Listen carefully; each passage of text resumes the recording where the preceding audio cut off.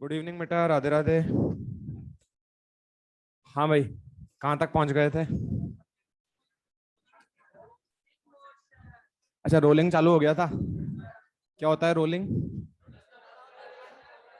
Combination of translational and rotational. Translational और rotational को जोड़ दो तो क्या मिल जाएगा? रोलिंग मिल जाएगा, ठीक है। अच्छा, तो कोई बॉडी अगर रोल कर रही है तो किसी भी पॉइंट के पास कितनी वेलोसिटी होगी? कितनी होगी? दो। अच्छा, किसी भी पॉइंट के पास दो होगी except centre of mass. Centre of mass को देख, क्या वो सर्कल में घूमेगा क्या? नहीं, उसका रेडियस क्या है? जीरो। क्या वो सिर्फ ट्रांसलेट करेगा क्या? तो लिखो नोट। नोट। नोट करके लिखो। क्या लिखोगे? In rolling motion. In rolling motion. आज क्लास काफी खाली खाली लग रही है। मजे ले रहे हैं सब जने जीवन के। बट टेस्ट की तैयारी कर रहे हैं। अच्छा, केवल एंग्लो मेंटन में पहले का आ रहा है, ऐसा किसने बोला? मैंने बोला? मुझे याद नहीं है तो कुछ भी आ सकता है भाई। समय बहुत खराब है, कुछ भी हो सकता है। चलिए, तो लिखे in rolling motion. In rolling motion है। अबे यार, अभी तक भी तो वर्टिकल पे अटका हुआ है, बोलो मतलब। वर्टिकल किसने कहीं नहीं आ रहा। लिखो in rolling motion only centre of mass performs translational motion. Only centre of mass performs translational motion, whereas the remaining other points whereas the remaining other points perform both translational as well as rotational motion. Whereas the remaining other points perform both translational as well as rotational motion. Rolling में centre of मास सिर्फ translational motion perform करता है, जबकि बाकी other points जो होते हैं वो ट्रांसलेट भी करते हैं और रोटेट भी करते हैं। अच्छा, ये भी बता दिया था क्या? जो पॉइंट सेंटर ऑफ मास के ऊपर लाए करेंगे उनकी वेलोसिटी वीसीएम से ज्यादा होगी। ये नहीं बताया था? अच्छा, देखो ध्यान से। देखो ध्यान से सब जने। भाई, ये मान लो बॉडी रोल कर रही है, तो ये वी से आगे जा रही है और ओमेगा से क्या कर रही है? घूम रही है। बता दिया था क्या? अब ऊपर वाले की वेलोसिटी क्या आएगी बच्चे? बोल। V plus omega R. अरे यही आएगी ना। और इस वाले की आगे की तरफ वी सी, नीचे की तरफ ओमेगा। इस वाले की आगे की तरफ वी सी, पीछे की तरफ ओमेगा आर।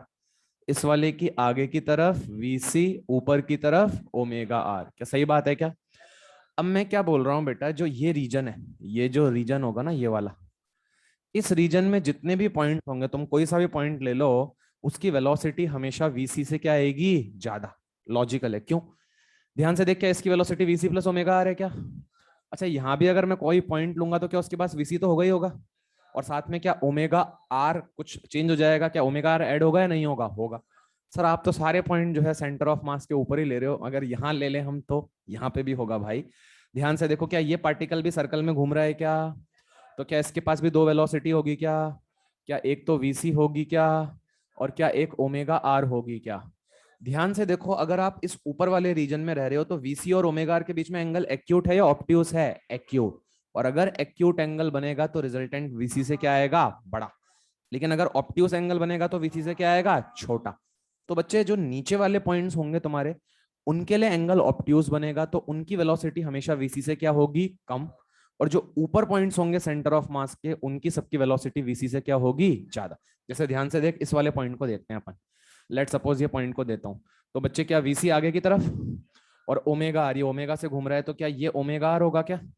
ध्यान से देखना, एंगल एक्यूट या ऑब्ट्यूस? ऑब्ट्यूस। मतलब तुम्हें समझ में आ गया मैं क्या बोलना चाह रहा हूँ? कि जो पॉइंट्स सेंटर ऑफ मास के कहाँ हैं? ऊपर, ये शेडेड रीजन, इस रीजन में क्या हर एक पार्टिकल की वेलोसिटी वीसी से ज्यादा ही आएगी क्या? और जो ये नीचे वाला रीजन है, क्या इसमें वेलोसिटी वीसी से कमी आएगी क्या? नहीं आया। बात समझ में आई? अच्छा, और ये प्रैक्टिकल है, ये जो बात है ना, ये प्रैक्टिकल है। कभी कोई साइकिल चलती हुई जाती है तो उसको देखना, जो साइकिल की ताड़ियां होती है ना, स्पोक्स जो होते हैं साइकिल के, तुम देखना ऊपर वाली ताड़ियां जो होती हैं, जो स्पोक्स होते हैं, वो ब्लर दिखते हैं हमें। वो कैसे दिखते हैं? ब्लर। और जो नीचे वाले स्पोक्स होते हैं ना, जो नीचे वाला पहिए का जो नीचे वाला पोर्शन होता है वो थोड़ा सा क्लियर दिखता है एज कंपेयर टू ऊपर वाला पोर्शन। क्यों, समझ में आ रहा है? ऊपर वालों की क्या रफ्तार ज्यादा है क्या, तो तुम्हें उनका मोशन अच्छे से नहीं दिखेगा। ये मैंने करा, इतना अच्छे से नहीं पता लगा। ये अगर धीरे धीरे जा रहा है, क्या विजिबल है क्या? तो नीचे वाले पॉइंट्स की रफ्तार कम है तो इनकी विजिबिलिटी क्या है, अच्छी। ऊपर वाले पॉइंट्स की रफ्तार ज्यादा है, इनकी विजिबिलिटी क्या है, कम। तो इसलिए क्वेश्चन बनाया जा सकता है कि भाई why the upper part of the wheel या why the spokes on the upper part of the wheel appears blur. क्यों ब्लर होते हैं, समझ में आ रहा है? क्योंकि उनका वी क्या है, ज्यादा। तो लिखो all the points lying above, all the points lying above center of mass, all the points lying above center of mass have velocity greater than vc. All the points lying above center of mass have velocity greater than vc,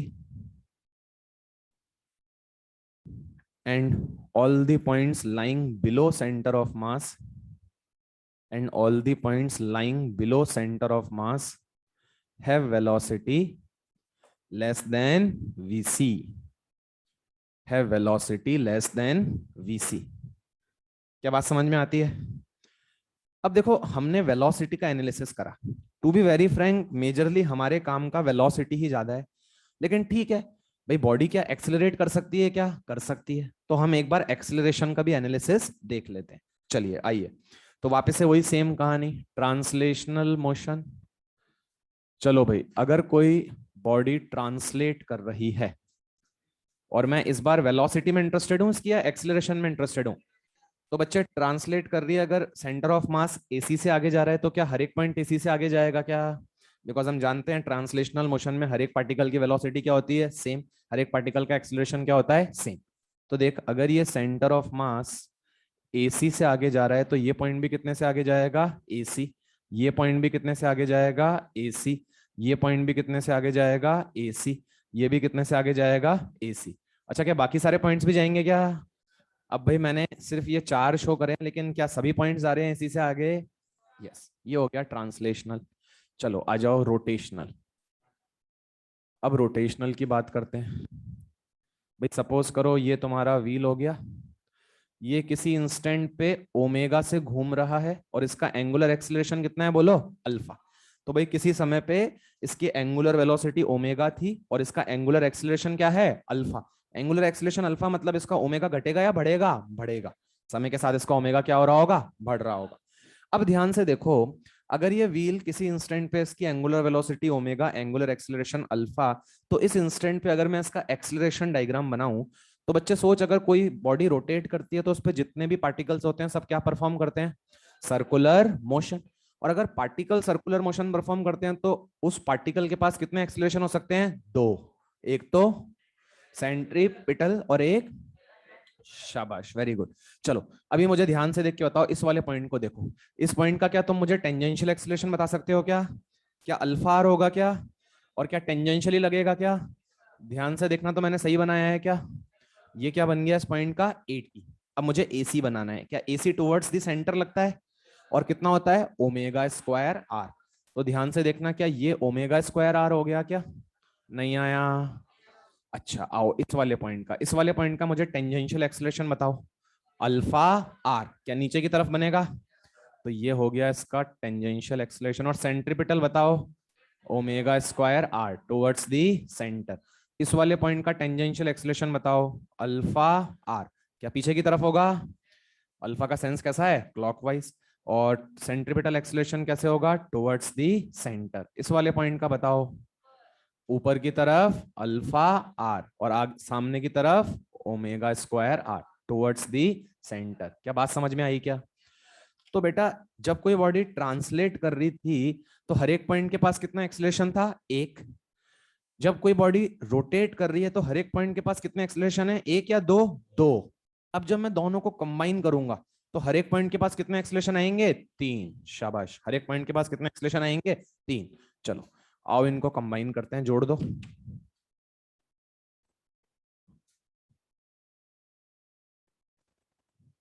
हाँ भाई, तो जोड़ देते हैं। तो मुझे इस वाले पॉइंट के बारे में बताओ। AC प्लस अल्फा आर, अरे सही लिखा है, और टुवर्ड्स द सेंटर क्या हो जाएगा, ओमेगा स्क्वायर आर। अच्छा, इस वाले पॉइंट के पास देखो, आगे की तरफ क्या है बोलो, AC, नीचे की तरफ अल्फा आर, और टुवर्ड्स द सेंटर बोलो ओमेगा स्क्वायर आर। इस वाले पॉइंट को देखो, आगे की तरफ AC, पीछे की तरफ alpha R, and towards the centre omega square R. इस वाले पॉइंट को देखो, आगे की तरफ AC, आगे की तरफ ही ओमेगा स्क्वायर आर, और ऊपर की तरफ अल्फा आर। अरे तुम्हें समझ आ रहा है? तो वेरी इंपॉर्टेंट, जब हम एक्सेलरेशन की बात करेंगे तो इन रोलिंग मोशन हर एक पॉइंट के पास कितना एक्सेलरेशन है, एक, दो या तीन, और कितने हर एक पॉइंट के पास कितनी वेलोसिटी होती थी, दो। तो वेलोसिटी हर एक पॉइंट के पास दो थी, और एक्सेलरेशन कितने हैं, तीन। AC तो ट्रांसलेशन की वजह से, और alpha R and omega square R rotation की वजह से। अब जिन्होंने आज वाली क्लास मिस कर दी, उनको अगली रोलिंग की एक या दो क्लास जितने में भी कंप्लीट होगा उसको भी अटेंड करने की जरूरत नहीं है, जरूरत पड़ेगी नहीं उनको अटेंड करने की। या अटेंड करेंगे अभी तो अगेन भाई हम जानते हैं चिड़ियाएं तो दिखेंगी नहीं हमें, तो मजे करेंगे बस वो अब।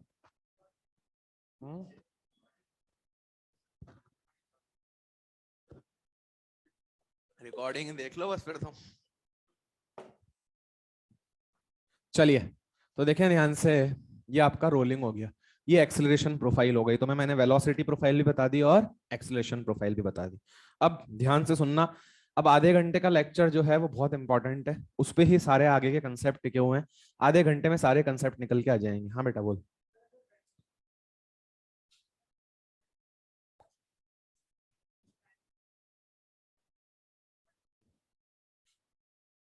हम्म। हम्म।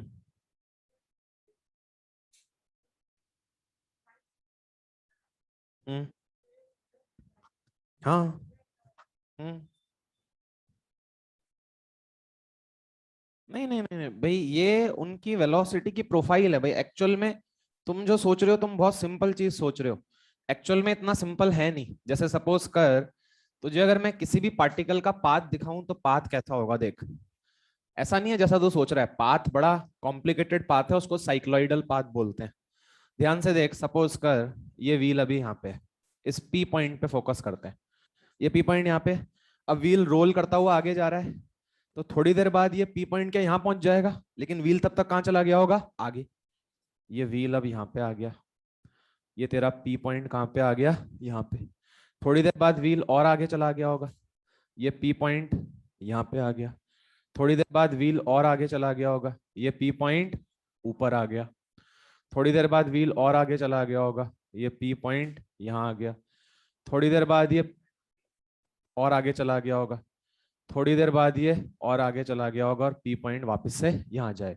अब पी पॉइंट का पाथ समझ, पी पॉइंट का पाथ ये आया है, ये पी पॉइंट का पाथ है, ये जो है ये किसका पाथ है, पी पॉइंट का पाथ। तो जो अपन सोच रहे हैं ना कि ऐसे आगे जा रहा है, वो एक्चुअल में जो हो रहा है, एक्चुअल में पी पॉइंट का मोशन ऐसा हो रहा है। ऐसे ही जो दूसरा पॉइंट होगा उसका भी मोशन ऐसा हो रहा होगा एक्चुअल में। तो ये एक्चुअल में मोशन हो रहा है, और ये कॉम्प्लिकेटेड पाथ होता है, इसको साइक्लोइडल बोलते हैं। ये पैराबोला जैसा दिख रहा है लेकिन ये पैराबोला नहीं है, इसे साइक्लोइडल पाथ बोलते हैं।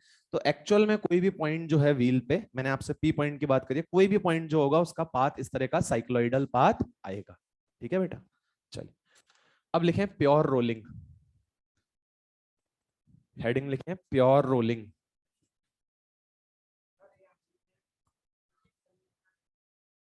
क्यों नहीं है भैया फ्रिक्शन, किसने बोला, मैंने फ्रिक्शन के बारे में बात ही नहीं करी अभी। फ्रिक्शन आ जाता है तो अभी बताएंगे फ्रिक्शन के बारे में, हमने बताया ही नहीं फ्रिक्शन के बारे में अभी। लिखें प्योर रोलिंग। प्योर रोलिंग में लिखें rolling with slipping, rolling with slipping, rolling with, rolling sorry rolling without slipping, rolling without slipping sorry. Pure rolling में लिखें rolling without slipping. Pure rolling is rolling without slipping. Rolling without slipping का मतलब क्या है, जब, अरे कोई friction रिक्शन कहां से, ये फालतू की घटिया बातें कहां से उठा के लेके आ जाते हो तुम, कहां से अभी चुप रहा कर, तू बीच बीच में मत बोला कर, पूरी क्लास डिस्टर्ब करता है। बच्चों के दिमाग में गलत गलत चीजें। फ्रिक्शन, अरे फ्रिक्शन की मैंने बात करी क्या अभी तक? अभी तक मैंने फ्रिक्शन को इंट्रोड्यूस करा पिक्चर में? अभी करूंगा, धीरे धीरे सब करूंगा, अनसिस्टमेटिक तरह से कर दूंगा, कुछ समझ में नहीं आएगा तुम्हें। भाई रोलिंग है, बहुत खतरनाक चीज है ये। ऐसा नहीं है कि मतलब जो है हलवा खा रहे हैं, कचौड़ी खा रहे हैं और आ गया समझ में। अपने को थोड़ा दिमाग लगाना पड़ेगा भाई। अभी देख क्या क्या बातें निकल के आएंगी, ठीक है? अभी तेरा दिमाग के सारे तार हिल जाएंगे, ठीक है? हो सकता है एक आध टूट जाए। तो अभी मैं बताऊंगा। वैसे वैसे क्यों टेंशन ले रहे हो तुम? फ्रिक्शन चाहते हो ना? फ्रिक्शन लाऊंगा यार मैं, क्यों टेंशन ले रहे हो? फ्रिक्शन लेके आ जाऊंगा, फिर तुम्हें ये भी समझाऊंगा कि बिना फ्रिक्शन के क्या होगा। सब करेंगे अपन, लेकिन समय के साथ, ठीक है? समय से आगे नहीं जा सकते अपन। चलो अब ध्यान से देखो, रोलिंग, प्योर रोलिंग। अब हमारे कोर्स में प्योर रोलिंग है। प्योर रोलिंग का मतलब क्या है सर? प्योर रोलिंग का मतलब जो तुम सड़क पे गाड़ियों को जाते हुए देखते हो, बेसिकली वो क्या कर रही है? Pure rolling, rolling without slipping.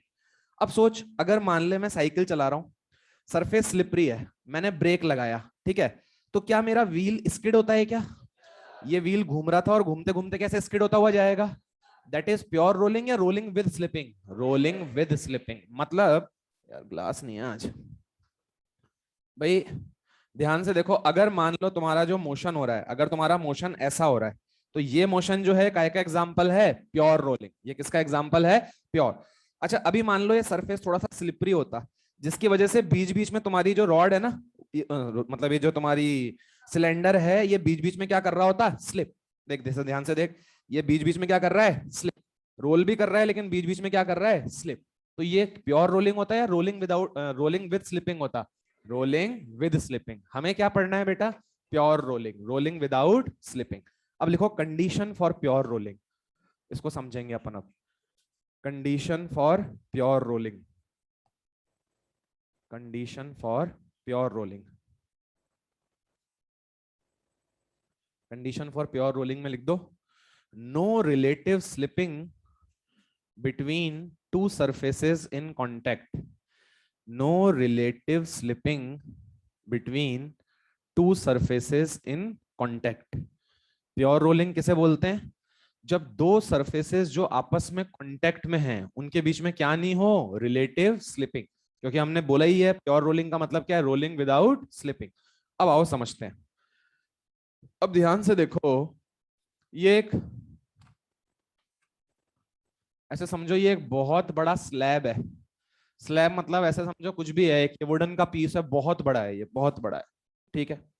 और मान लो ये वुडन का पीस v1 वेलोसिटी से जा रहा है और इसका एक्सीलरेशन कितना है बेटा? a1। तो ये v1 वेलोसिटी से जा रहा है और इसकी वेलोसिटी इंक्रीज कर रही है किस रेट से? a1 की रेट से। अच्छा ये स्लैब बहुत बड़ा है, ठीक है? इसके ऊपर मान लो एक तुम्हारी बॉडी है, और ये बॉडी बेटा vc से आगे जा रही है और ओमेगा से क्या कर रही है? घूम रही है। इसका एक्सीलरेशन ac है, इसका लीनियर एक्सीलरेशन या ट्रांसलेशनल मोशन की वजह से जो एक्सीलरेशन है वो क्या है? ac। और इसका एंगुलर एक्सीलरेशन कितना है बोलिए? अल्फा। तो भाई ये ट्रांसलेट कर रही है vc से, और vc किस रेट से बढ़ रहा है? ac की रेट से। भाई vc is the velocity of centre of mass and ac is the acceleration of centre of मास। अब ये व्हील ओमेगा से घूम रहा है और ओमेगा किस रेट से इंक्रीज कर रहा है? Alpha. Alpha is the angular acceleration.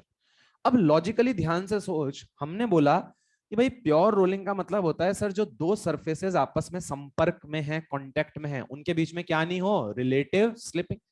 तो बच्चे लॉजिकली सोच, अगर दो सरफेसेस के बीच में रिलेटिव स्लिपिंग नहीं होनी है, अगर दो सरफेसेस के बीच में रिलेटिव स्लिपिंग नहीं होनी है, तो बच्चे दोनों की वेलोसिटी जो होनी चाहिए, अगर ये दो सरफेसेस इनके बीच में रिलेटिव स्लिपिंग नहीं हो रही, तो ये जो पॉइंट्स आपस में कांटेक्ट में आ रहे हैं, इन दोनों की वेलोसिटी सेम होनी चाहिए, अलग अलग होनी चाहिए?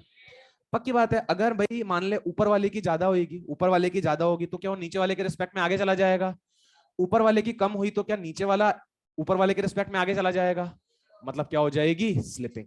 तो भाई देख, हमें क्या फोकस करना है? हमें इसका ये वाला पॉइंट और सर इसका ये वाला पॉइंट, इस पॉइंट को बी नाम दे देता हूं, ठीक है ना?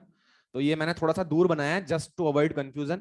ये वहां, यहाँ पे जो तुम्हारा जो व्हील है या जो तुम्हारी बॉडी है वो इस स्लैब से कांटेक्ट में है। तो भाई मैं इतना जानता हूं, इन दोनों पॉइंट्स की रफ्तार अगर क्या होगी? सेम, तो इनके बीच में क्या नहीं होगी? Relative slipping. चलो आ जाओ। अब मुझे बताओ ए वाले पॉइंट के पास इसकी वेलोसिटी प्रोफाइल बनाऊं तो बोलो ए वाले पॉइंट की वेलोसिटी कितनी, वीसी, आगे की तरफ और पीछे की तरफ ओमेगा आर। क्या ये मैं पढ़ा चुका हूं क्या? अच्छा, बी वाले पॉइंट की वेलोसिटी कितनी है, v1। भाई मैं जानता हूं अगर स्लैब v1 से आगे जा रहा है तो उस पर जितने भी पॉइंट्स होंगे सब कितने से आगे जा रहे हैं, v1।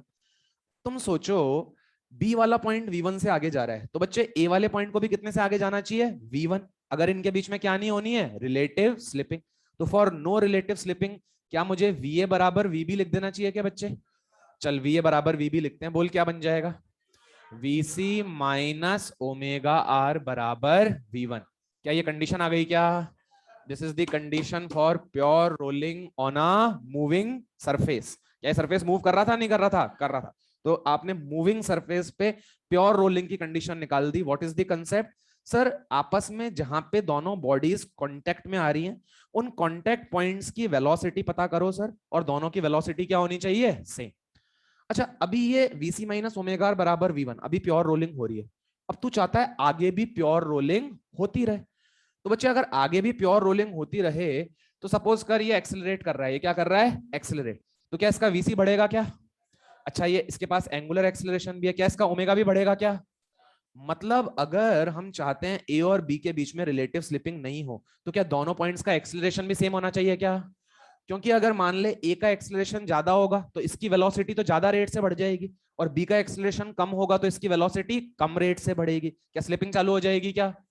तो अगर मैं चाहता हूं for pure rolling, for pure rolling to continuously happen, for pure rolling to continuously happen, अगर प्योर रोलिंग कंटिन्यूअसली होती रहे तो मैं इसकी एक्सेलरेशन प्रोफाइल पे आऊंगा।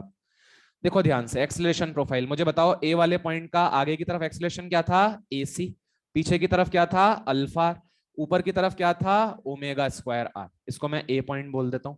और बी वाला पॉइंट तुम्हारा स्लैब का पॉइंट है, बी वाला पॉइंट तुम्हारा स्लैब का पॉइंट है, इसका एक्सेलरेशन कितना है बोलिए, A1। स्लैब तो सिंपली ट्रांसलेट कर रहा है, इसका एक्सेलरेशन A1 है। अब तुम जानते हो कि भाई दिस डायरेक्शन, इस टेंजेंशियल डायरेक्शन में अगर स्लिपिंग नहीं होनी तो इस टेंजेंशियल डायरेक्शन में दोनों का एक्सेलरेशन सेम होना चाहिए, अलग अलग होना चाहिए, सेम। चलो अब तुम बताओगे मुझे, क्या एक्सेलरेशन ऑफ ए बराबर एक्सेलरेशन ऑफ बी लिख दूं क्या? क्या लिखूं, AC माइनस अल्फा आर या alpha R minus AC? AC minus alpha R. क्या this is equals to A1? तो अगर तुम चाहते हो कि प्योर रोलिंग कंटिन्यूअसली होती रहे तो AC माइनस अल्फा आर किसके बराबर हो जाएगा बोलिए, A1। क्या तुम्हें समझ में आया? तो this is the meaning of pure rolling. Pure rolling means rolling without slipping. The two surfaces which are in contact with each other, उनके बीच में कोई relative slipping नहीं हो रही. That means VA बराबर VB. And if you want pure rolling to continuously happen, that means जो है A acceleration of A बराबर acceleration of B. क्या यहाँ तक बात क्लियर हुई? कॉपी करो।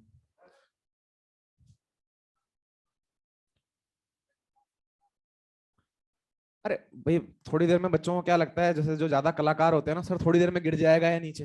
तो ये सिर्फ इसलिए मैंने बोला था कि ये वेज जो है, मतलब जो नीचे जो स्लैब है, ये बहुत लंबा है, मतलब काफी देर तक भी मोशन होता रहे तो कोई दिक्कत वाली बात नहीं है। वरना बच्चे क्या है, ऐसे उलझुल सवाल करते हैं, कहते हैं सर देखो ये चल रहा है, सर थोड़ी देर बाद ये गिर जाएगा।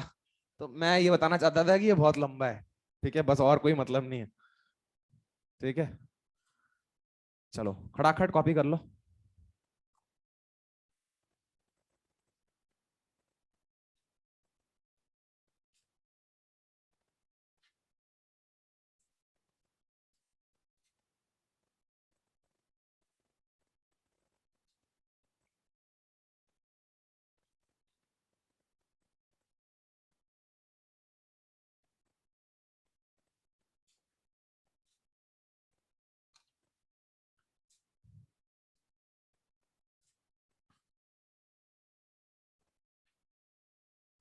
हो गया बेटा?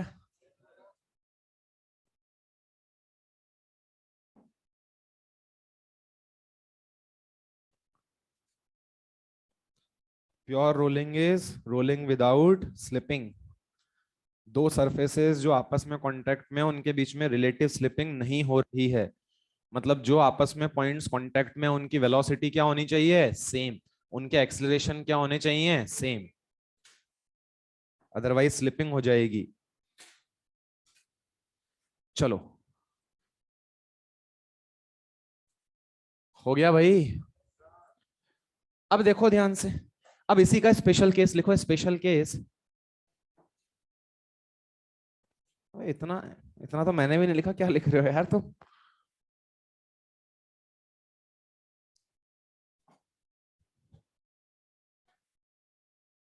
हाँ भाई विमल हो गया। अरे विनोद हो गया भाई।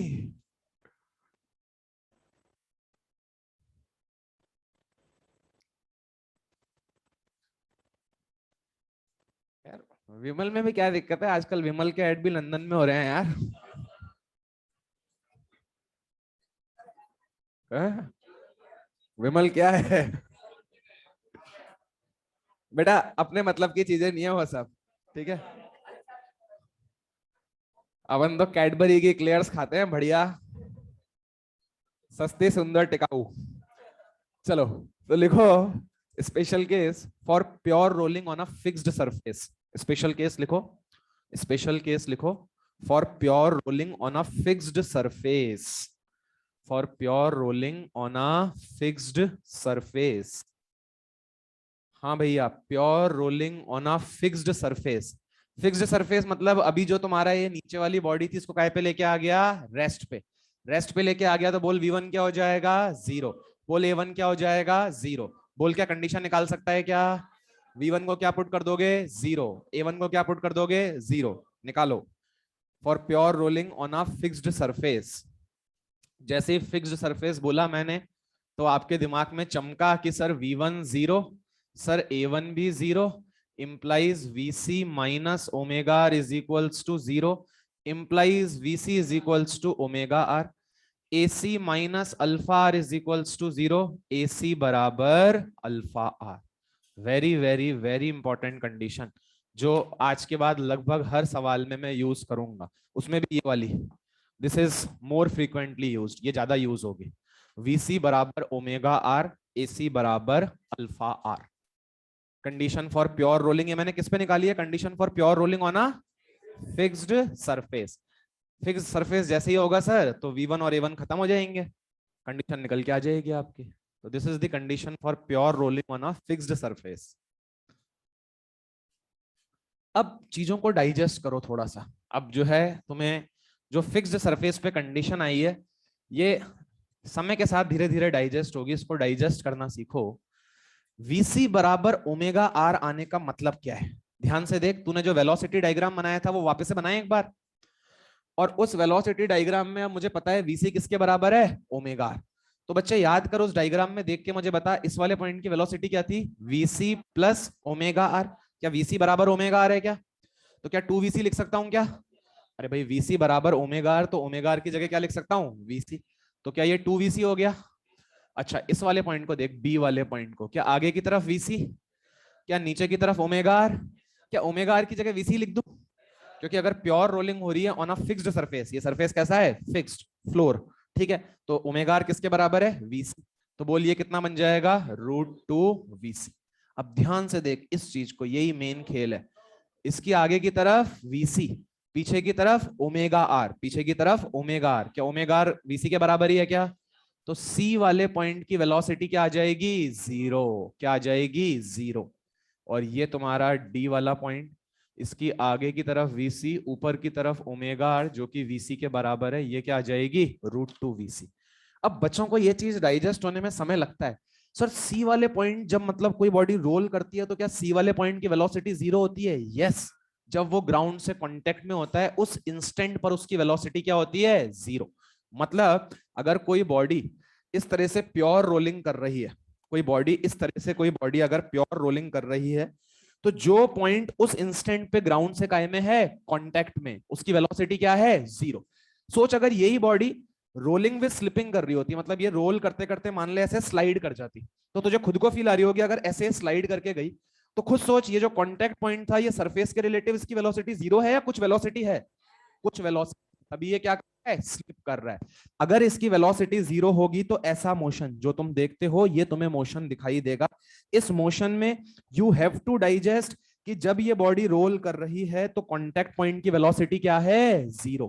फील कैसे आएगी सर, 0 कैसे सर फील नहीं आई, फील लाने का तरीका यह है कि तू स्लिपिंग के साथ सोच, जब स्लिपिंग के साथ सोचेगा तो क्या तुझे वेलोसिटी दिखती है क्या? भाई अगर ये मान ले यही बॉडी तेरी स्लिप करती हुई जा रही होती, अगर स्लिप करती हुई जाती तो क्या ये वाला कांटेक्ट पॉइंट सरफेस के रिलेटिव स्लिप कर रहा है? मतलब इसके पास सरफेस के रिलेटिव क्या है? वेलोसिटी। क्या बात समझ में आई क्या? तो for pure rolling on a fixed surface, very important condition, भाई मेरा ग्राउंड रेस्ट पे है, तो जो पॉइंट ग्राउंड से संपर्क में आ रहा है, कांटेक्ट में आ रहा है, अगर उसको उस इंस्टेंट पे स्लिप नहीं होना तो उसकी वेलोसिटी क्या होनी चाहिए? जीरो। अच्छा, प्रीवियस केस में उसकी वेलोसिटी जीरो होनी चाहिए थी या v1 होनी चाहिए थी? क्यों v1 होनी चाहिए, समझ में आता है क्या? क्योंकि इस बार जो मेरा पॉइंट कांटेक्ट में आ रहा है वो जिससे कांटेक्ट में है वो खुद कितने से जा रहा है? v1।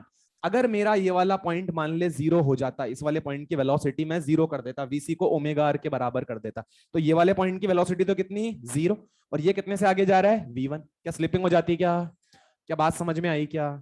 चलो अब ध्यान से देखो, अब तुम्हारी और इसमें इंपॉर्टेंट बातें निकल के आ जाएंगी। ये डायग्राम कब वैलिड है? जब क्या हो रही है बच्चे? ये फिक्स्ड सरफेस पे क्या हो रही है? Pure rolling. This is valid only when pure rolling on fixed surface. अब देखो इसमें तुम्हें सारी चीजें रिलेट करके बता दूंगा मैं। अच्छा अब ये बताओ, हमने वर्क एनर्जी पावर चैप्टर पढ़ा था, तब आपको बहुत कुछ अच्छी अच्छी बातें बताई थी। जब हम चलते हैं तो हम ग्राउंड को कहां धक्का देते हैं? पीछे। ग्राउंड हमें कहां धक्का देता है? आगे। तो हमारे ऊपर जो फ्रिक्शन का वर्क होता है वो क्या होता है? क्या होता है? जीरो। क्यों होता है जीरो? उसका अलग है, उसका अलग है। जब फ्रिक्शन था तब डिस्प्लेसमेंट नहीं था, और जब डिस्प्लेसमेंट हुआ तब फ्रिक्शन नहीं है। उस चीज को यहां भी अभी समझाऊंगा थोड़ी देर में। जब फ्रिक्शन था तब डिस्प्लेसमेंट नहीं था, और जब डिस्प्लेसमेंट हुआ तब फ्रिक्शन नहीं। अभी ध्यान से देख, मैं चलना चाह रहा हूं तो मैं ये पैर से जमीन को कहां धक्का दे रहा हूं? पीछे। अभी क्या मेरे पैर पे फ्रिक्शन लग रहा है? एंड फील इट, ये फ्रिक्शन का नेचर कैसा है? स्टैटिक। ये कैसा नेचर है? स्टैटिक। क्यों सर, कैसे पता लगा? क्योंकि अभी रिलेटिव स्लिपिंग नहीं हो रही। मेरे पैर की टेंडेंसी पीछे की तरफ स्लिप करने की है, क्या स्लिप हो गया क्या? नहीं। तो भाई पैर की टेंडेंसी है स्लिप करने की, लेकिन स्लिप नहीं हो रहा। तो जो फ्रिक्शन लग रहा है वो कौन सा है? काइनेटिक या स्टैटिक? स्टैटिक। तो मेरे पैर पे इस समय स्टैटिक फ्रिक्शन लग रहा है। अब इस समय जब स्टैटिक फ्रिक्शन लग रहा है तो मेरे पैर का डिस्प्लेसमेंट नहीं हो रहा। अब मेरे पैर का ये डिस्प्लेसमेंट हो रहा है। अभी मेरा पैर कहां चला गया? बोलो, हवा में। हवा में चला गया तो क्या फ्रिक्शन लग रहा है क्या?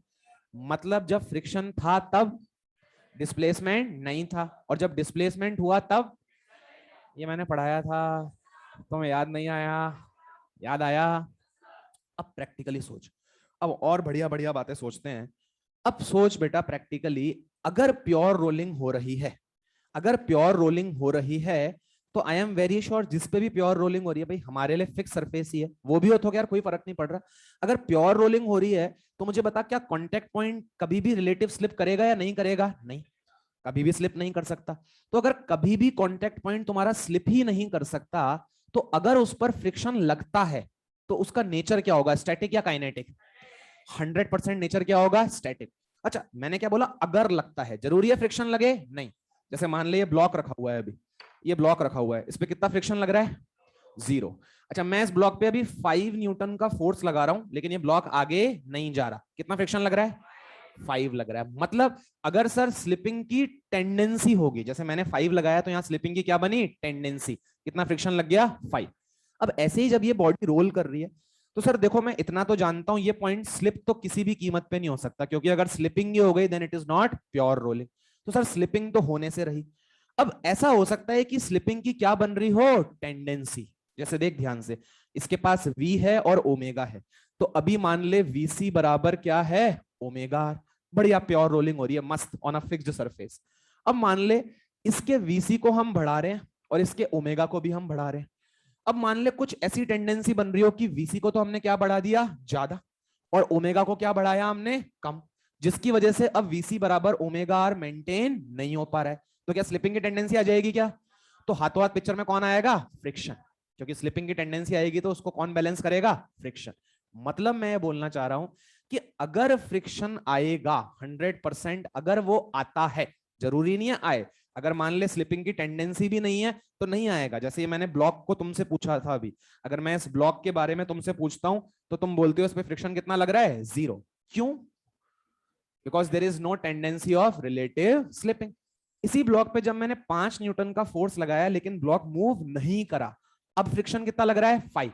क्यों लगा? क्योंकि क्या उस 5 न्यूटन की वजह से स्लिपिंग की टेंडेंसी आ गई थी क्या?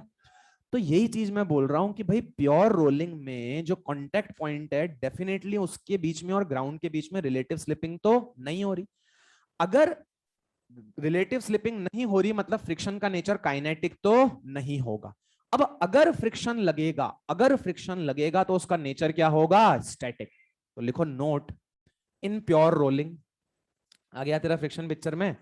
अब धीरे धीरे सब आएगा समय के साथ। In pure rolling if friction exist, words पे फोकस करना, मैंने लिखा है इफ फ्रिक्शन एग्जिस्ट, यदि एग्जिस्ट करता है तो, जरूरी नहीं है एग्जिस्ट करे।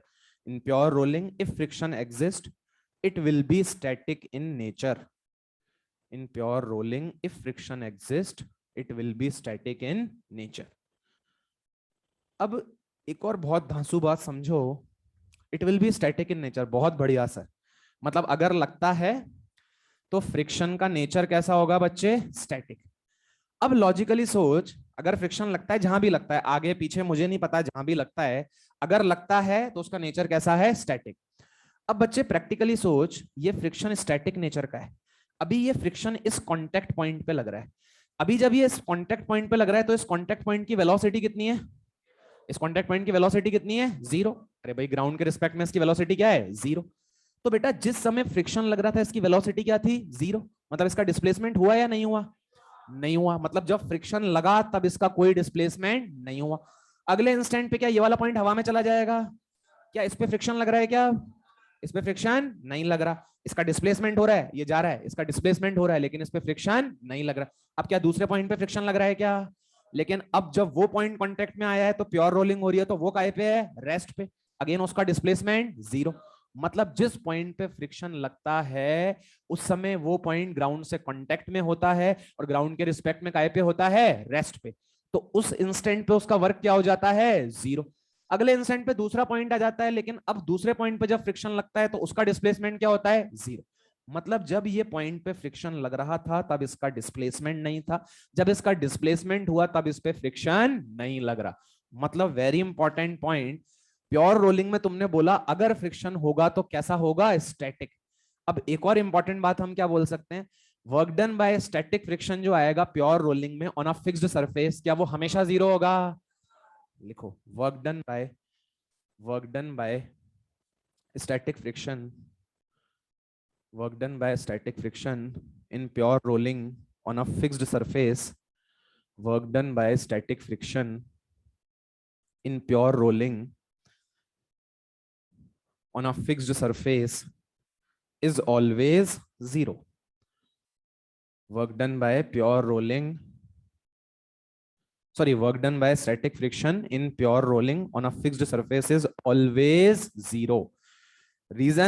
रीजन सर बड़ा सिंपल सा है, जब फ्रिक्शन था तब डिस्प्लेसमेंट नहीं था। सेम कंसेप्ट जो आपको मैं वर्क एनर्जी पावर में बता के आया था, जब फ्रिक्शन है तब डिस्प्लेसमेंट नहीं है, जब डिस्प्लेसमेंट है तब फ्रिक्शन नहीं।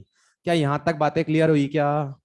मेरे लिए काम की इक्वेशन है ये, वीसी बराबर ओमेगा एसी बराबर अल्फा। चलो आगे, उसमें भी सबसे ज्यादा काम की कौन है, ये वाली।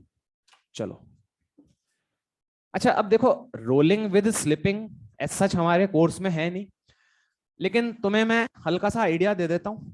इनफैक्ट तुम ही मुझे बता दोगे सारी बातें।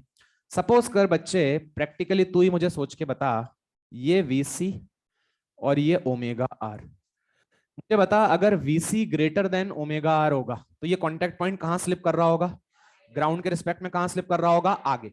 मतलब इस बार ये स्लिप कर रहा है, ये घिसटता हुआ कहां जा रहा है, आगे। ये स्लिप कर रहा है, घिसटता हुआ आगे जा रहा है। इस बार इसकी वेलोसिटी जब ये ग्राउंड से कांटेक्ट में, इस बार इसकी वेलोसिटी जब ये ग्राउंड से कांटेक्ट में है तो 0 नहीं है, ये ऐसे घिसटता हुआ आगे जा रहा है। अगर ऐसे घिसटता हुआ आगे जा रहा है तो ग्राउंड के रिस्पेक्ट में पॉइंट कहां जा रहा है, आगे। फ्रिक्शन कहां लगेगा, पीछे। नेचर क्या होगा, नेचर क्या होगा, स्टैटिक या काइनेटिक? क्योंकि क्या रिलेटिव स्लिपिंग हो रही है क्या? शाबाश। तो भाई रोलिंग विद स्लिपिंग की अगर बात करूं तो सर अगर ये पॉइंट घिसटता हुआ आगे जाएगा तो बोलो काइनेटिक फ्रिक्शन कहां लगेगा? पीछे। क्या जो है फ्रिक्शन का नेचर काइनेटिक होगा, और इस बार डेफिनेटली इसका जो वर्क आएगा वो क्या आएगा? नेगेटिव। जीरो नहीं आएगा, क्या आएगा? नेगेटिव। क्योंकि इसी पॉइंट पे सर फ्रिक्शन लग रहा है और यही पॉइंट घिसटता हुआ कहां जा रहा है? आगे। तो जिस पॉइंट पे फ्रिक्शन लग रहा है क्या उसी का डिस्प्लेसमेंट हो रहा है? क्या फ्रिक्शन लग रहा है, पीछे डिस्प्लेसमेंट हो रहा है, आगे वर्क डन पॉजिटिव की नेगेटिव? नहीं आया। तो work done by kinetic friction इस केस में क्या आएगा? नेगेटिव। लेकिन हमें क्या इस केस से मतलब है या पहले केस से? अच्छा ये भी बता दो फिर जब कर ही रहे हैं तो। ये बताओ मुझे, अगर omega R is greater than क्या हो? वीसी। ओमेगा आर अगर ग्रेटर देन क्या हो? वीसी। तो बच्चे अगर ओमेगा आर वीसी से बड़ा होता ये पॉइंट कहां घिसट के जा रहा होता? ये पॉइंट कहां घिसट के जाता? पीछे। पीछे जाता तो बोलो फ्रिक्शन कहां लगता? आगे। फ्रिक्शन का नेचर कैसा होता? काइनेटिक। क्या बात समझ में आई क्या?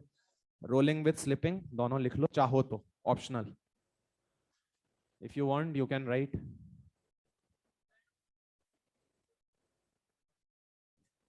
नहीं, इस रोलिंग में स्लिपिंग ऐसा सिलेबस में ही नहीं है ना नीट के। ये तो मैंने जस्ट आपको आइडिया दे दिया है कि भाई बच्चे कहते हैं सर रोलिंग विदाउट स्लिपिंग तो पढ़ लिया, रोलिंग विद स्लिपिंग क्या होता है, तो ये मैंने तुम्हें आइडिया दे दिया, बाकी it is not in the course of NEET. नहीं, जीरो का होएगा, बुद्धि लगा क्या होएगा? नेगेटिव। कॉन्टेक्ट पॉइंट घिसटता हुआ कहां जा रहा है? पीछे। फ्रिक्शन कहां लग रहा है? आगे। वर्क डन क्या आएगा? नेगेटिव। अरे भैया लिख लो इसमें भी, work done by friction kinetic क्या होगा? नेगेटिव। हाँ। अबे कहाँ आगे गया? घिसटता हुआ जा रहा है वो आगे नहीं गया। वही बॉडी जो है वो पूरी की पूरी कांटेक्ट में है अभी। इसकी वेलोसिटी ग्राउंड के रिस्पेक्ट में जीरो है या ओमेगा आर माइनस वीसी है? Omega R minus VC. तो वही पॉइंट घिसटता हुआ कहां जा रहा है? पीछे। आगे नहीं गया, वो पॉइंट घिसटता हुआ पीछे जा रहा है। ये एग्जाम्पल बस फील इसकी यही है जो मैं तुम्हें करके बता रहा हूँ, ये जो बॉडी रोल करके बता रहा हूँ ना, इसकी फील यही है कि भाई अगर जीरो नहीं होता तो इसको सरफेस के रिस्पेक्ट में क्या करना चाहिए था? स्लिप।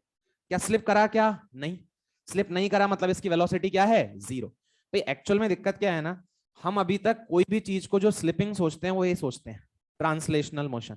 हम सिर्फ ये मोशन जानते हैं।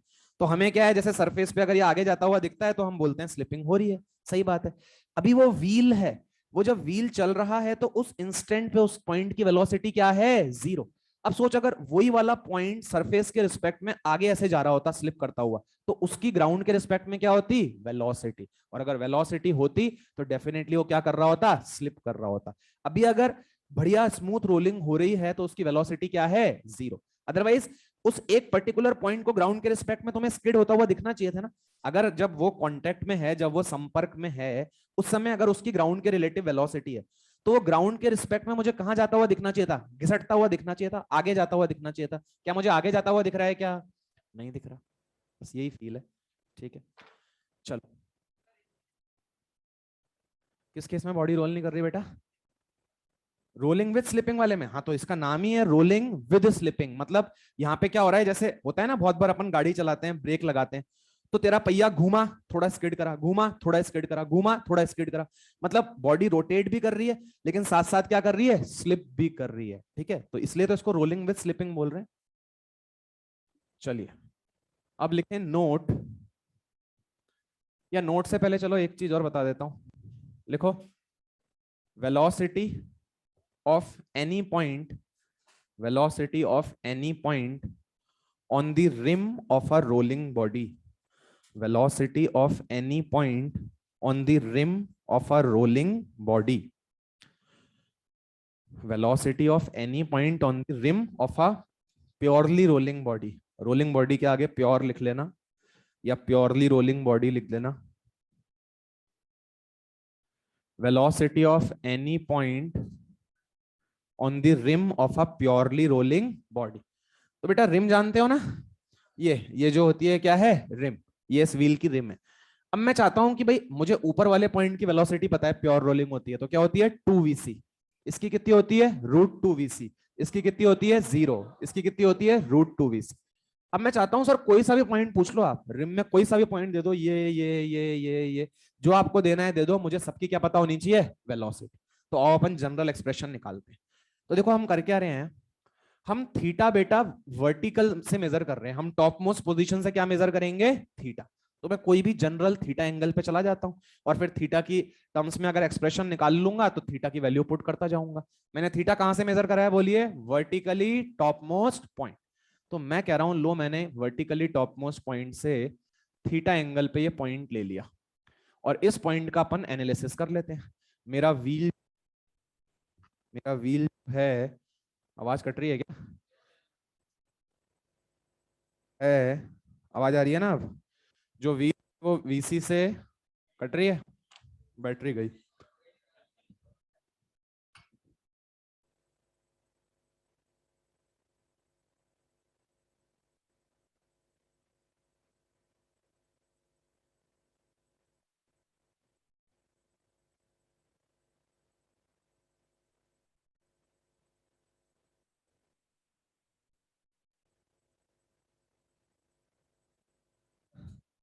हाँ भैया आ जाओ।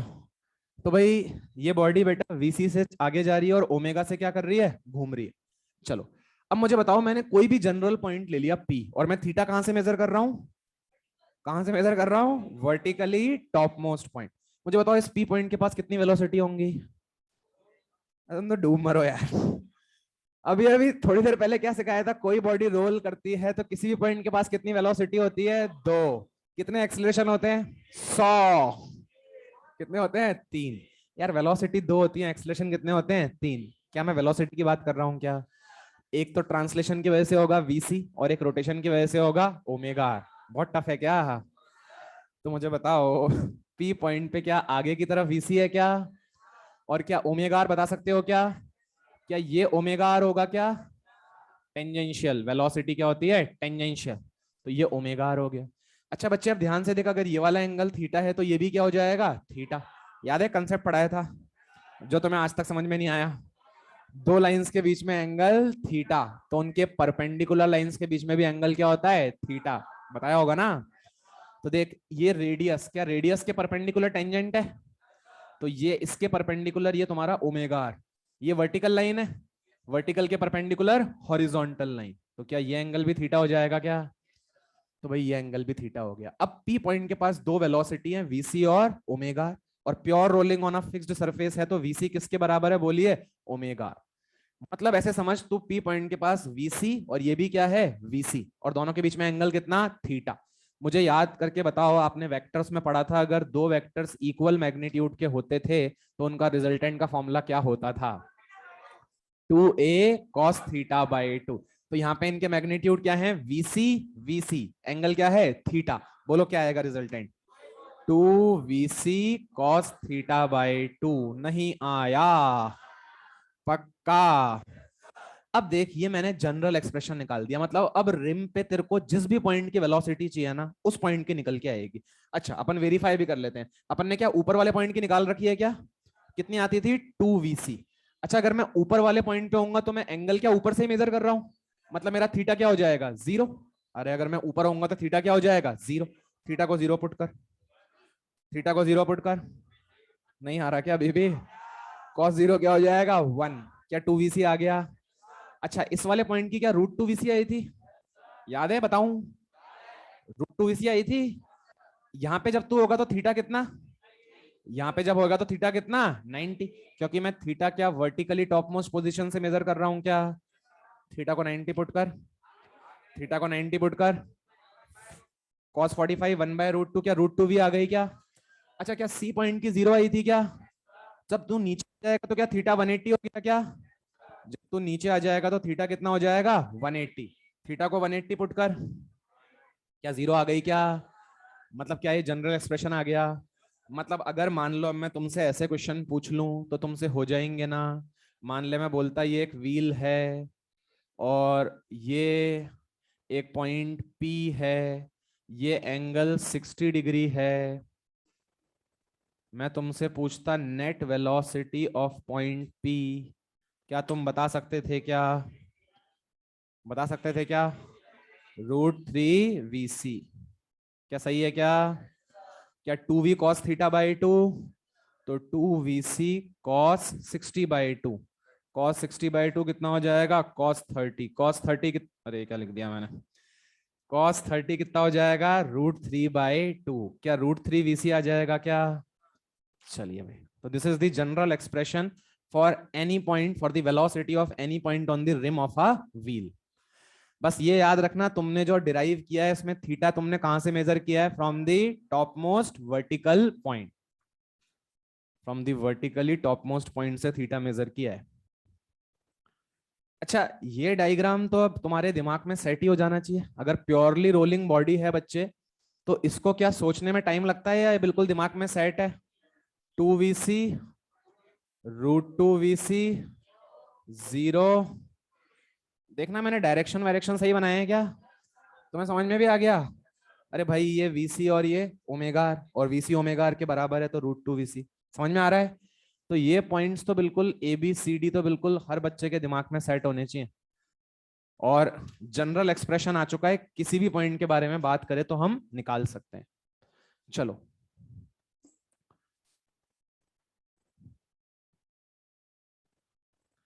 अब ध्यान से देखो, अब थोड़ी सी कहानी और समझते हैं, नोट करके लिखो।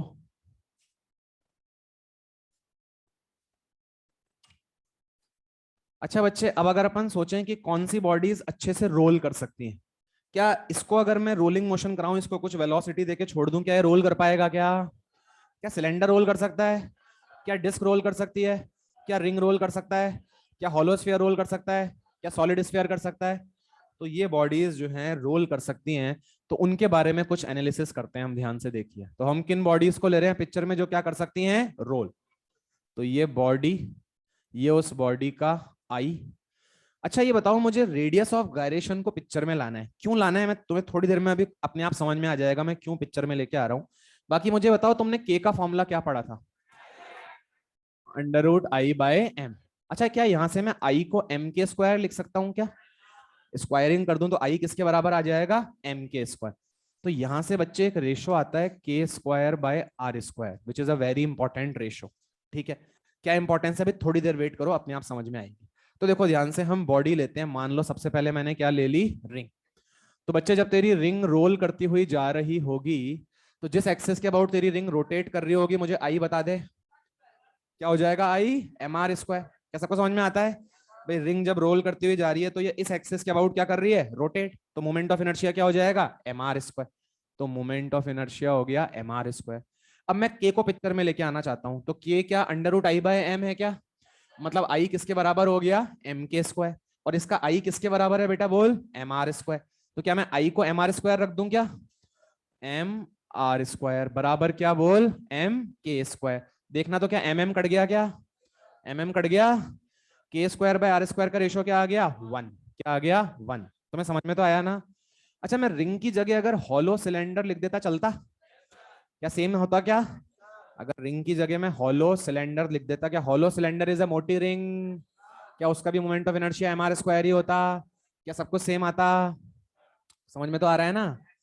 चलो आ जाओ, डिस्क, डिस्क का बताओ, डिस्क का बताओ, डिस्क का बताओ, mr²/2। अच्छा, तो mr²/2 किसके बराबर, बोलो, m के स्क्वायर। बोलना तो बच्चे, k²/r² का रेशो 2 नहीं, 1/2। k²/r² का रेशो क्या आ जाएगा, 1/2। अरे समझ में आता है? अच्छा, मैं डिस्क की जगह यहाँ पे सॉलिड सिलेंडर लिख दूं, चलेगा क्या? सॉलिड सिलेंडर इज अ मोटी डिस्क। चलो, हॉलो स्फीयर। चलो, हॉलो स्फीयर जब बेटा रोल करेगा तो जिस एक्सिस के अबाउट रोटेट करेगा, क्या डायमेट्रिक के अबाउट रोटेट करेगा? कितना होता है, बोलो, 2/3 mr²। और 2/3 mr² किसके बराबर बच्चे, बोल, m के स्क्वायर। बताना तो k²/r² का रेशियो कितना आ गया, 2/3। चलो अब एक तो अपने आप निकाल दो, कम से कम सॉलिड स्फीयर का अपने आप निकाल दो, 2/5। अरे mr² नहीं, बस 2/5। 2/5 mr² बराबर m के स्क्वायर, कट जाएगा, तो k²/r² क्या आ जाएगा, 2/5। तो देखो अब ये क्यों कर रहे हैं सर हम, के स्क्वायर बाय आर स्क्वायर एक ऐसा फैक्टर है जिससे हम बॉडी की क्या आइडेंटिफाई कर सकते हैं बच्चे? शेप। हम बॉडी की शेप आइडेंटिफाई कर सकते हैं। अगर किसी बॉडी का K square by R square 1 है, मतलब या तो वो बॉडी क्या होगी बच्चे बोल? रिंग। या वो क्या होगी? Hollow cylinder. किसी का K square by R square half है, तो या तो वो डिस्क होगी या क्या हो सकती है? Solid cylinder. किसी का 2/3 है तो क्या होगा? Hollow sphere. सॉलिड स्फीयर हमने लिख लिया, मैं करके बताऊं या अपने आप लिख लिया? Solid sphere 2/5 mr square, 2/5 mr square बराबर m के स्क्वायर, mm कैंसिल, के स्क्वायर बाय आर स्क्वायर 2/5। अगर थोड़ी बुद्धि लगाओ तो क्या तुम्हें ये के स्क्वायर बाय आर स्क्वायर याद भी हो गए हैं क्या? फिर रिंग का क्या होता था? mr स्क्वायर, कोएफिशिएंट क्या था? 1। क्या 1 ही आ रहा है क्या? क्या डिस्क का mr स्क्वायर बाय 2 था क्या? कोएफिशिएंट क्या था mr स्क्वायर का? 1/2। क्या 1/2 ही आ रहा है क्या? हॉलो स्फीयर का 2/3 mr स्क्वायर, mr स्क्वायर का कोएफिशिएंट क्या 2/3 आ रहा है क्या? सॉलिड स्फीयर का 2/5 mr स्क्वायर, क्या कोएफिशिएंट 2/5 ही आ रहा है क्या? क्या ऑटोमेटिकली मुझे याद हो गए हैं क्या? तो ये के स्क्वायर बाय आर स्क्वायर मुझे किस में हेल्प करेंगे? मुझे बॉडी की क्या आइडेंटिफाई करने में हेल्प करेंगे? शेप। मतलब अगर मान ले मैं बोलूं कि यार जो है बॉडी का K square by R square half है, तो तुम्हारे दिमाग में थॉट आना चाहिए कि हाफ है इसका मतलब सर या तो डिस्क है या क्या है? Solid cylinder. और देखो और इसकी क्या इंपॉर्टेंस। अब लिखो heading, kinetic energy of a purely rolling body. Kinetic energy of a purely rolling body. Kinetic energy of a purely rolling body.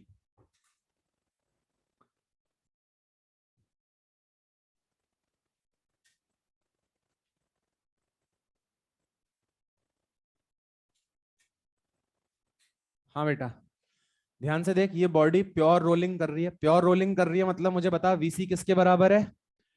VC किसके बराबर है? Omega are. आर क्या है इस बॉडी का बोल? रेडियस। वीसी किसके बराबर है? ओमेगा। सही बात है सर, बिल्कुल सही है। अब मुझे इसकी रोलिंग काइनेटिक एनर्जी निकालनी है। रोल करती हुई जा रही है तो इसके पास कितनी काइनेटिक एनर्जी है? अब प्रैक्टिकली सोच, रोल करती हुई जा रही है मतलब क्या है? ट्रांसलेट भी कर रही है, मतलब क्या है? रोटेट भी कर रही है। सोच अगर मैं ट्रांसलेशनल काइनेटिक एनर्जी लिख दूं, सोच अगर मैं रोटेशनल काइनेटिक एनर्जी लिख दूं, और अगर दोनों को क्या कर दूं? जोड़ दूं, क्या मुझे रोलिंग मिल जाएगी क्या? चलो आओ करते हैं। काइनेटिक एनर्जी ट्रांसलेशनल, बोलो भाई कितनी होगी? Half M V square. Because मैं जानता हूं इस बॉडी का जो हर एक पार्टिकल है, जब बॉडी ट्रांसलेट करती थी, याद का डायग्राम को, क्या हर एक पार्टिकल वीसी से जा रहा है क्या? मतलब जो पूरा का पूरा एंटायर मास है वो कितनी वेलोसिटी से आगे जा रहा है? वीसी। तो क्या काइनेटिक एनर्जी हो जाएगी? Half M VC square. बेटा सही लिखा है ना मैंने?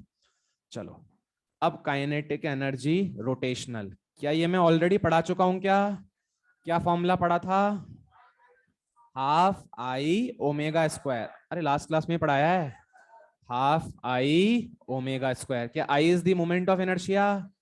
तो हाफ आई ओमेगा स्क्वायर। अब देख, ये जो मैंने तुम्हें फॉर्मेट बताया है ना, ये स्पीड को इनहेंस करने के लिए बताया है। अब देख हम करेंगे क्या, हम यहाँ पे इसको एक फॉर्म में कन्वर्ट करेंगे। हाफ आई ओमेगा स्क्वायर को थोड़ा सा मोल्ड करूंगा मैं, है हाफ आई ओमेगा स्क्वायर ही, इसका थोपड़ा चेंज कर दूंगा मैं अभी थोड़ी देर में, और उससे हम देखेंगे कि हमारी क्वेश्चंस को सॉल्व करने की स्पीड क्या हो जाएगी? बढ़ जाएगी। कैसे? ध्यान से देख बच्चे, क्या के बराबर under root I by M होता है क्या? तो मैं पिक्चर में के को लेके आना चाहता हूं, तो क्या मैं आई को लिख सकता हूं क्या एम के स्क्वायर? तो बेटा मैं आई की जगह लिख रहा हूं, मैं आई की जगह क्या लिख रहा हूं? एम के स्क्वायर। अच्छा, ओमेगा को लिख सकता हूं क्या वीसी बाय आर? ओमेगा को लिख सकता हूं ना वीसी बाय आर, तो ओमेगा को लिख रहा हूं V C square by R square. देखो सही लिखा है क्या मैंने? तो ध्यान से देखो ये क्या बन गया बेटा, ये बन गया, अगर तुम समझ पा रहे हो तो, half M VC square K square by R square. Half M VC square K square by R square.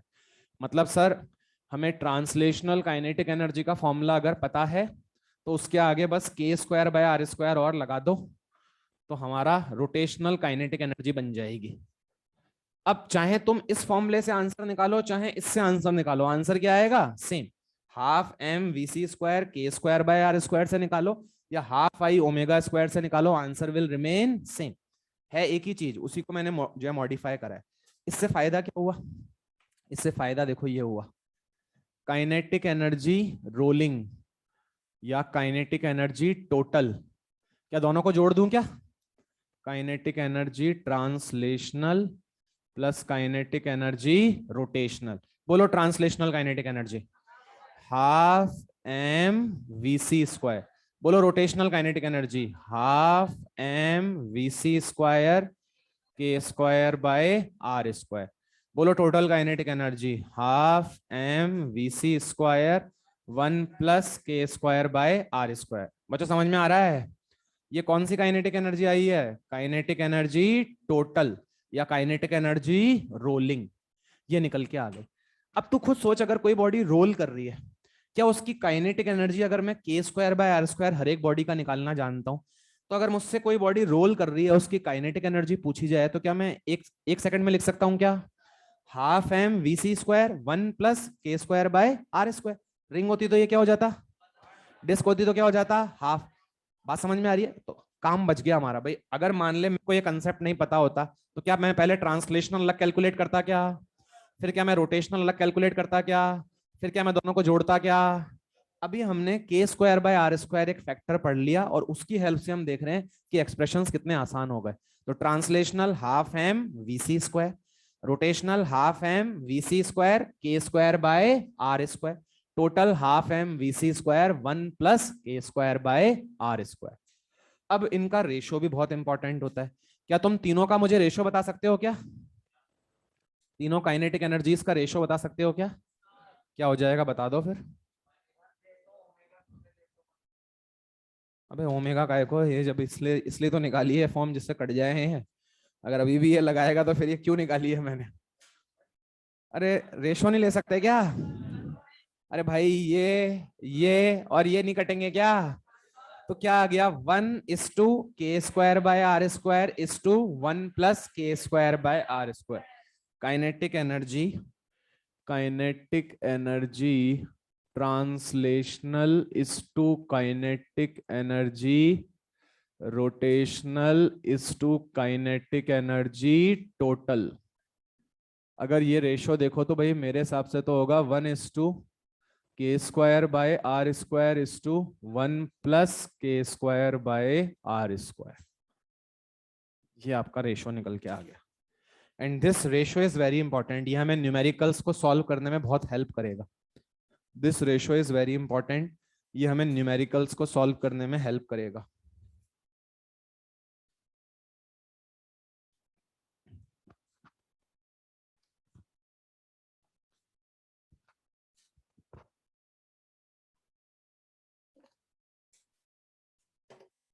तो भैया ट्रांसलेशनल काइनेटिक एनर्जी आ गई है, रोटेशनल आ गई है, टोटल आ गई है, तीनों का क्या आ गया है? रेशो। अब क्वेश्चन तुम अगर देखोगे तो शर्म आ जाएगी तुम्हें। भाई किस तरह के क्वेश्चन बनते हैं यहाँ पे? मान ले मैं तुझसे बोलता है एक डिस्क है, मैं तुझसे क्या बोलता बेटा? एक डिस्क है। मुझे उसकी ट्रांसलेशनल इस टू टोटल काइनेटिक एनर्जी का क्या बता? रेशो। क्या बता सकता है क्या? ट्रांसलेशनल इस टू टोटल का रेशो क्या होएगा? 1/1 plus K square by R square. नहीं आया। और डिस्क के लिए K square by R square half, 1 plus half 3/2। क्या 2 ऊपर चला गया? क्या आंसर आ गया? 2/3। क्या बात समझ में आ रही है? तुम्हें मॉड्यूल में मिल जाएंगे बहुत सारे क्वेश्चन ऐसे। मैं डिस्क की जगह मान ले तुझे कुछ भी पूछ लूं, मैं मान ले मैं तुझको दे देता हॉलो स्फीयर है, हॉलो स्फीयर की ट्रांसलेशनल इस टू रोटेशनल का रेशो बता। क्या बता सकता है क्या? भाई 1/के स्क्वायर बाय आर स्क्वायर। क्या होता है हॉलो स्फीयर का? 2/3। क्या 3/2 रेशो आ जाएगा क्या? तुम्हें समझ में आ रहा है? मतलब कुछ भी पूछ लिया जाए हम निकाल सकते हैं। अब ऐसे क्वेश्चन भी बनाए जा सकते हैं, जैसे सपोज कर मैं बोलता कोई बॉडी है, उसकी ट्रांसलेशनल काइनेटिक एनर्जी 50% है of the total kinetic energy. जो ट्रांसलेशनल काइनेटिक एनर्जी है वो टोटल की कितनी है? 50। और मैं तुझसे बोलता बता कौन सी बॉडी है, ऐसी कौन सी बॉडी होगी जिसकी ट्रांसलेशनल काइनेटिक एनर्जी 50% होगी टोटल काइनेटिक एनर्जी की। ठीक है। अरे एक जना डिस बोल देता है, बस तुम लोग पागलों की तरह जो है सब जने फॉलो करना चालू कर देते हो। थोड़ी खुद की बुद्धि तो लगाया करो यार। मतलब एक जने ने बोल दिया तुम लोग डिस्क डिस्क, हाँ सर डिस्क, डेफिनेटली क्या होएगा? रिंग होगा। बिना सोचे समझे बोलते हैं, दिमाग लगाते नहीं है, बुद्धि बिल्कुल भी। अरे यार क्या बोल रहा हूं मैं, सुनो तो सही। काइनेटिक एनर्जी ट्रांसलेशनल किसके बराबर है बोलो? 50% ऑफ काइनेटिक एनर्जी टोटल। 50% मतलब क्या 50/100? अच्छा, ट्रांसलेशनल अपॉन टोटल, इस टोटल को यहां ला सकता हूं क्या बच्चे? तो ट्रांसलेशनल अपॉन टोटल का रेशो क्या होता है बोल? 1/1 plus K square by R square. तो 1/1 plus K square by R square, क्या ये हाफ के बराबर आ गया क्या? सिंप्लीफाई करना तो क्या K square by R square half आएगा या 1 आएगा? 1 आएगा। 1 plus K square by R square is equals to 2, cross multiply, तो K square by R square क्या आ गया? 1। 1 किसके लिए होता है? रिंग या फिर हॉलो सिलेंडर, दोनों आंसर हो सकते हैं। अगर दोनों ऑप्शन होंगे तो दोनों आंसर जाएंगे, ring and hollow cylinder both. क्या बात समझ में आ रही है? इस तरह के क्वेश्चन यहाँ पे फ्रेम कर सकते हैं। तुम करके ही बता दो मुझे एक आध क्वेश्चन, तुम खतरनाक हो सारे बहुत। लिखो तुम।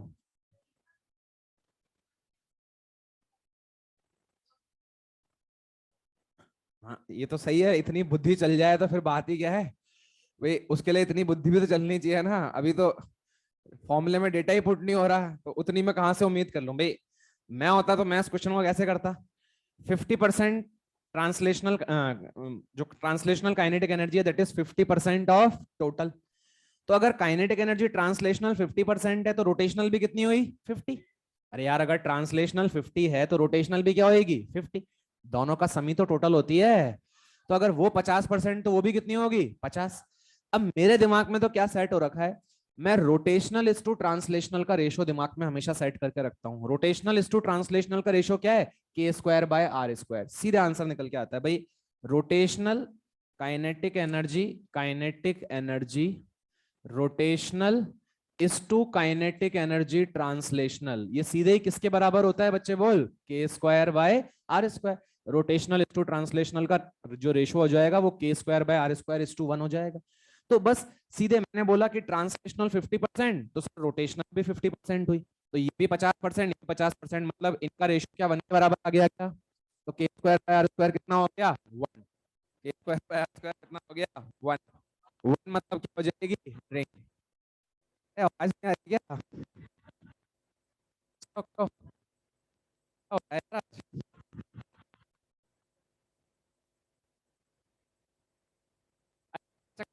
बैटरी नहीं चल रही है।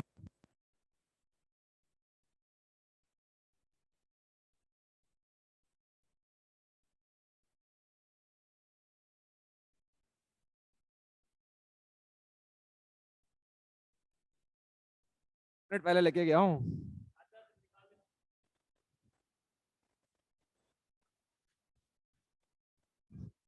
ये बैटरी का टाइम तुम्हारे में से ही लूंगा मैं।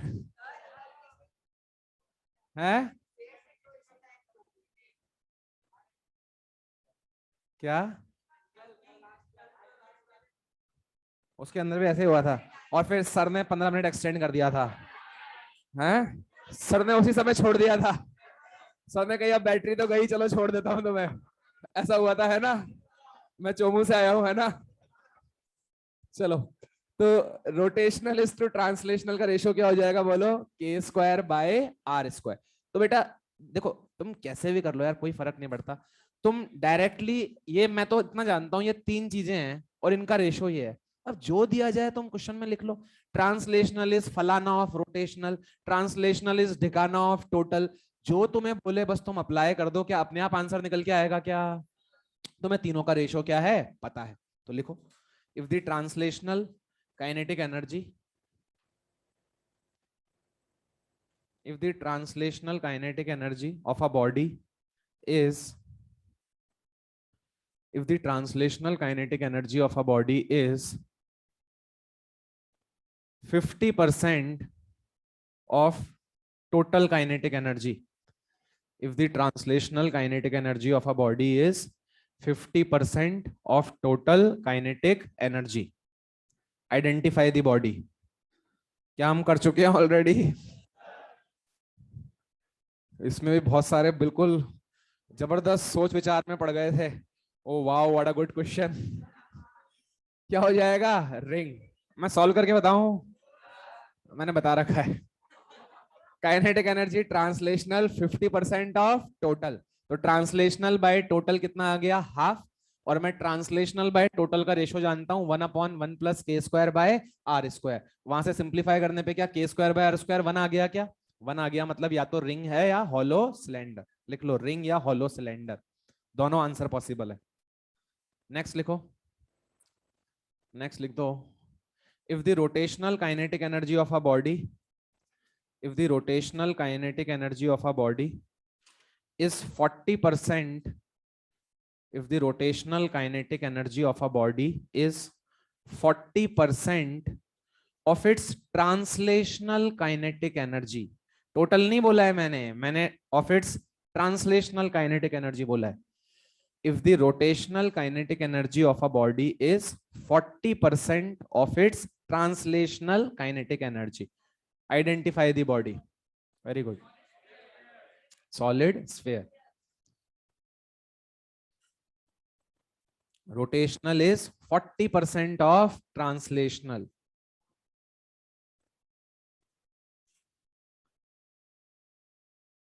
तो जो बोला जाए वो लिखो। Rotational 40/100 of translational. Kinetic energy rotational upon kinetic energy translational किसके बराबर निकल के आ गया? 2/5। रोटेशनल इज टू ट्रांसलेशनल का ratio, rotational is to translational क्या आ जाएगा? k²/r² upon 1। तो रेशो आ गया k²/r² upon 1 is equals to 2/5। क्या k²/r² 2/5 आ गया? मतलब क्या आंसर हो जाएगा? बोलिए सॉलिड स्फीयर। अरे भैया समझ आ रहा है ना? टफ तो नहीं है ना? लिखो नेक्स्ट क्वेश्चन, नेक्स्ट क्वेश्चन लिखो। Total kinetic energy of hollow sphere, total kinetic energy of hollow sphere is k0। Total kinetic energy of hollow sphere is k0। Total कितनी है? k0। Find kinetic energy rotational and kinetic energy translational. तुम्हें rotational और translational बतानी है, किसकी terms में बताओगे? k0 की टर्म्स में। टोटल k0 है, तुम्हें ट्रांसलेशनल रोटेशनल बतानी है k0 की टर्म्स में। फलाना k0, ढिकाना k0 है। 1 + k0 नहीं, गलत। रोटेशनल इज टू ट्रांस, तुम लोगों की गणित तो गजब की खराब है। तुम्हें अलग अलग निकालनी है, मतलब अरे भैया अलग अलग वैल्यू बता दे। तेरा आंसर सही है 3:2, लेकिन मैं तुझसे वैल्यू पूछ रहा हूँ। ट्रांसलेशनल कितनी, कितना k0, रोटेशनल कितनी, कितना k0। क्या बताई थी? तो गलत बताई थी ना, 3k0/8 गलत है। कितनी? क्या हो गया यार तुम लोगों को? तुम ऐसा करो चले ही जाओ, वही ज्यादा अच्छा है, वरना मैं एक आध को उठा के फेंक दूंगा। मतलब तुम लोगों 3k0/5, 3k0/5 और 2k0/5। यार तुम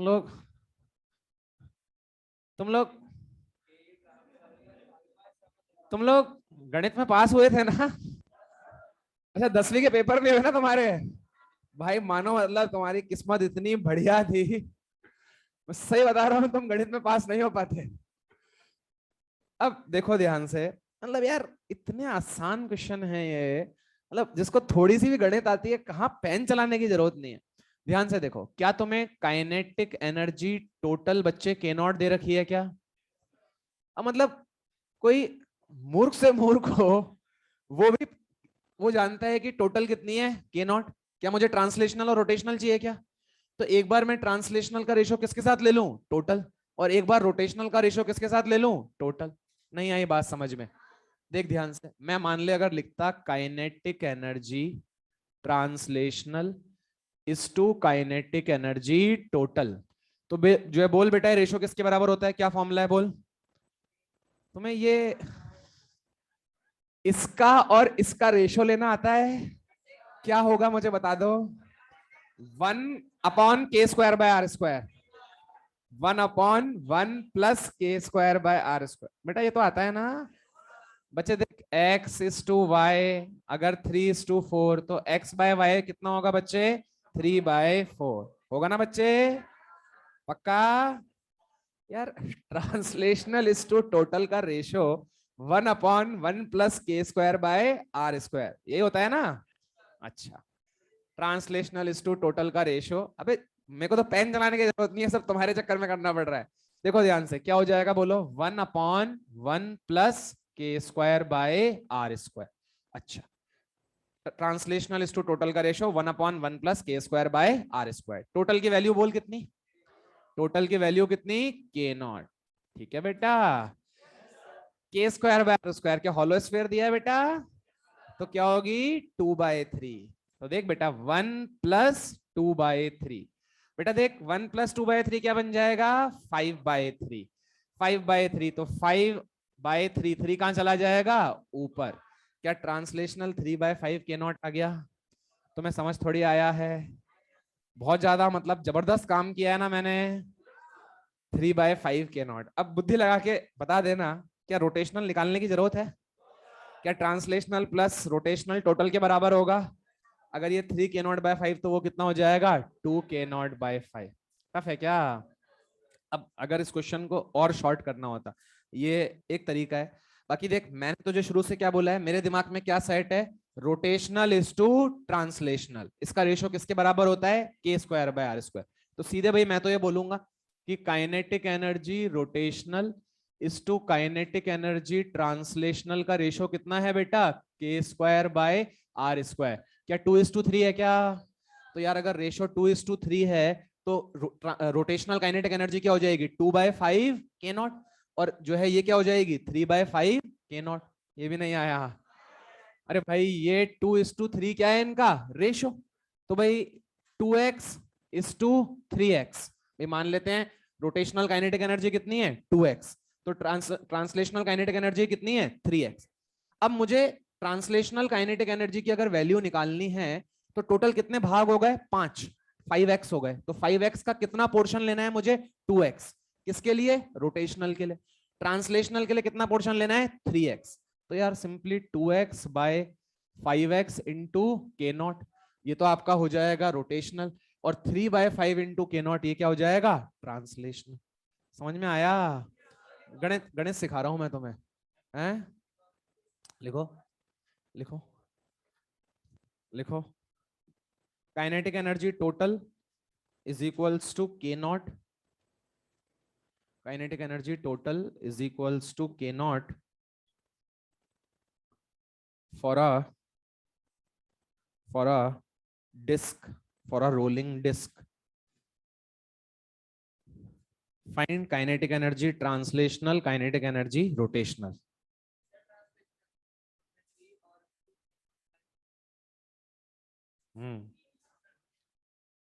हाँ सर सेम।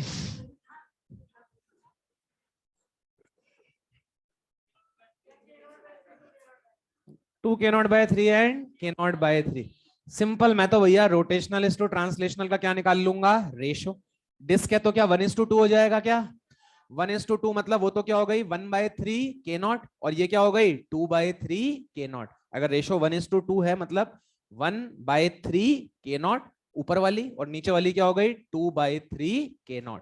ठीक है, तुम्हें समझ में तो आ गया ना भाई। ये जब हम छोटे हुआ करते थे तो हमें गणित में ऐसे बताते थे कि देखो भाई ये लेंथ अगर 10 मीटर की है और अगर ये रेशो 2:3 है तो बच्चे ये लेंथ क्या होगी, ये लेंथ क्या होगी 2x:3x। तो ये लेंथ क्या हो जाएगी आपकी 4, और ये लेंथ क्या हो जाएगी आपकी 6। ऐसे अपन जब बचपन में रेशो वाले सवाल करते थे ना, ऐसे कर लेंगे। बात समझ में आई। और तुम्हें अगर ये भी टफ लगता है तो तुम रोटेशनल इज टू ट्रांसलेशनल का रेशो निकाल चुके हो, क्या है 2:3। तो मान लेते हैं रोटेशनल काइनेटिक एनर्जी कितनी है 2x, ट्रांसलेशनल काइनेटिक एनर्जी कितनी है 3x, और दोनों का सम किसके बराबर है k0। तो तुम लिख सकते हो 2x + 3x किसके बराबर आ गया k0। तो यहां से x की वैल्यू कितनी निकल के आ गई, k0/5। तो तेरी रोटेशनल काइनेटिक एनर्जी कितनी हो गई, 2k0/5। ट्रांसलेशनल काइनेटिक एनर्जी कितनी हो गई, 3k0/5। आ गया समझ में? बस मुझे भी इतनी गणित आती है यार, सारी बता दी तुम्हें।